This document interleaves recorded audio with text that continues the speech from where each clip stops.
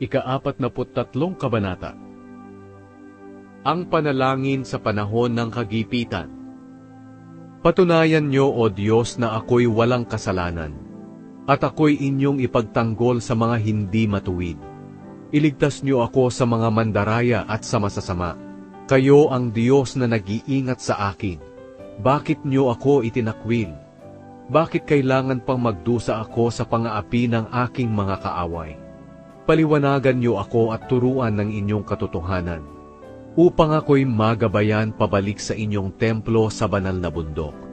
Nang sa gayon, makalapit ako sa inyong altar, O Diyos, na nagpapagalak sa akin. At sa pamamagitan ng pagtugtog ng alpa, ay pupurihin ko kayo, O aking Diyos. Bakit nga ba ako nalulungkot at nababagabag? Dapat magtiwala ako sa inyo. Pupurihin ko kayong muli, aking Diyos at tagapagligtas.